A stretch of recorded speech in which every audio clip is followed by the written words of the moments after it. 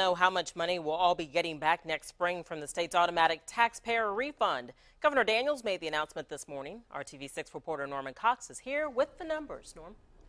$111 for a single return, $222 for a joint filer. That's how much the state will add to your refund next spring or subtract from what you owe, all thanks to the big state budget surplus.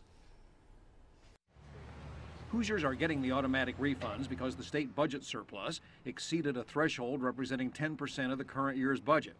That excess comes to $720 million. Half of that is going to state pension funds, the other half to the automatic taxpayer refunds.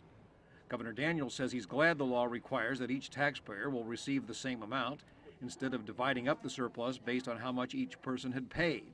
He says that will make it much more helpful to low-income Hoosiers. The typical taxpayer will receive about a 13% refund, but for many citizens, and generally those for whom every dollar counts, it'll be much more meaningful. Daniels says he didn't want to send out refund checks because that would have been expensive and eaten up part of the refund. He says simplicity is the goal. There it is. Inside that box, the taxpayer is directed to a couple paragraphs which will help them ascertain that they're eligible.